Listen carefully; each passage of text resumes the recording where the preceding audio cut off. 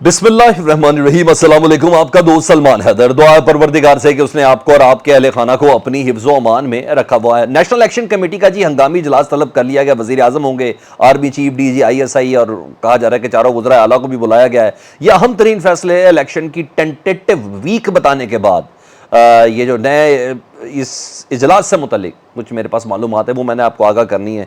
और ये कितना अहम है, कौन सा एक बहुत बड़ा ऑपरेशन लॉन्च होने जा रहा है, और ये ऑपरेशन 10, 15, 20 दिन, 25 दिन का नहीं है। जी हाँ, उसकी कुछ इंटरेस्टिंग डिटेल्स हैं, वो मैंने आपको बतानी। मरीम नवाज़ एक बंद गली तक तो पहुंच गई, उनकी सियासत पहुंच गई, और ये इम्कान है कि जो असार टीज़र है ना, उसकी बिना पर ये नवाज़ शरीफ साहब 21 अक्टूबर को ना आए जी, वो अपना फ़ैसला ही मुलतवी कर दें। ये है। और शहर इक़्तिदार से दीगर कुछ ख़बरें हैं, और एक तगड़े वज़ीर को पेंटी लगी है जी, और उसकी भी खबर है, वो भी मैंने आपको बतानी है। हाजिर सर्विस तगड़े निगरान वज़ीर को पेंटी लगी है, और मामला भी वही ख़राब है, तो उसकी भी कुछ खबरें चल रही हैं, वो भी मैं आपके सामने रखता हूँ। रिक्वेस्ट वीडियो मुकम्मल देखें, अगर चैनल देखें तो चैनल सब्सक्राइब कर दें, ताकि मेरा और आपका ये राब्ता बहाल। सब्सक्रिप्शन के लिए बटन है, इसको आप दबा दें।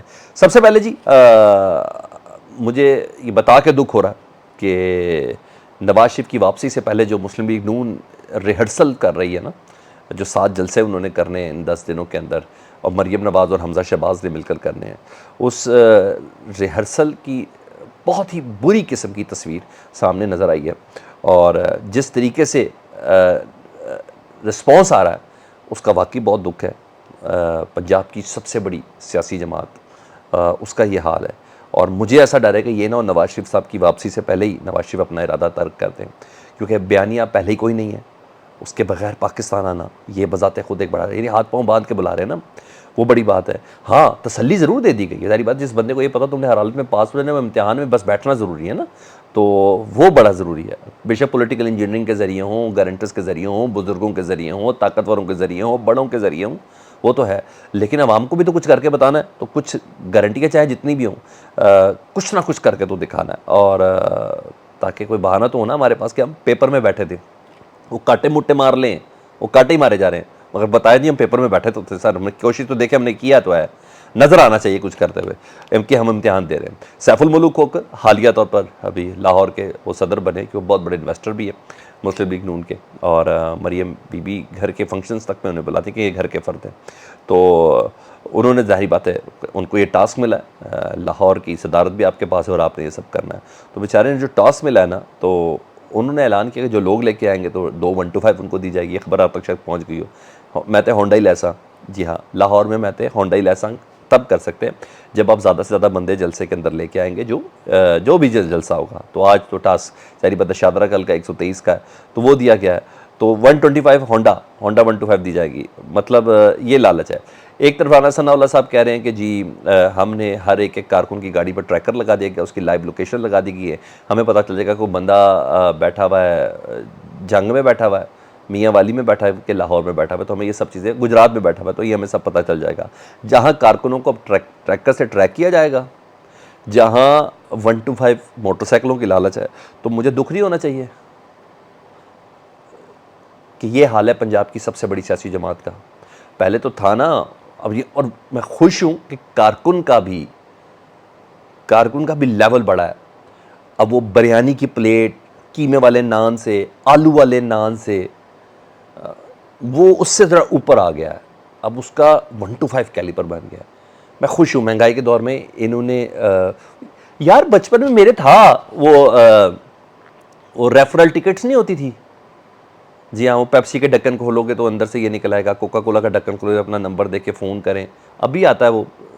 यार ये चीज़ हो गई है अब जलसों में हम होंडा मोटरसाइकिलें या उसकी लालच दे के, या आपको ट्रैक कराया जाएगा अगर आप नहीं आए तो उसकी लालच दे के, उसके खौफ दिला के अब जलसों के अंदर बंदे बुला रहे हैं। और एक सही कसर मरीम बीबी ने पूरी कर दी है जी, और कौमी सतह की लीडर कहलाती है पूरे पाकिस्तान में, और बड़ा लीडर क्लेम होता है, वो एक बड़ा नाम क्लेम होता है मरीम नवाज़ साहिबा का। ये छोटा कह, उनको छोटा लीडर कहने वाला खुद छोटा है, क्योंकि वो क्लेम बहुत करते हैं। और मगर दुख ये है कि छोटी छोटी कॉर्नर मीटिंग, इसको MNA MPS नहीं तो काउंसलर तक करते हैं। आज जो शादरा में है 100-150, या तो बहुत बहुत टाप लिया तो 200 कुर्सी लगी हुई है, एक गली यानी 2 घरों के बीच में सब सारा काम हो रहा है। और کوئی 250 300 400 فٹ لمبی وہ گلی ہے جس میں اتنی کرسیاں لگی ہوئی ہیں. تو اتنی چھوٹی سی گلی میں وہ ایک سیاسی جلسہ کرنے جا رہی ہیں جس میں اپنے والد صاحب کی ریسیپشن کے لیے انہوں نے کرنا ہے.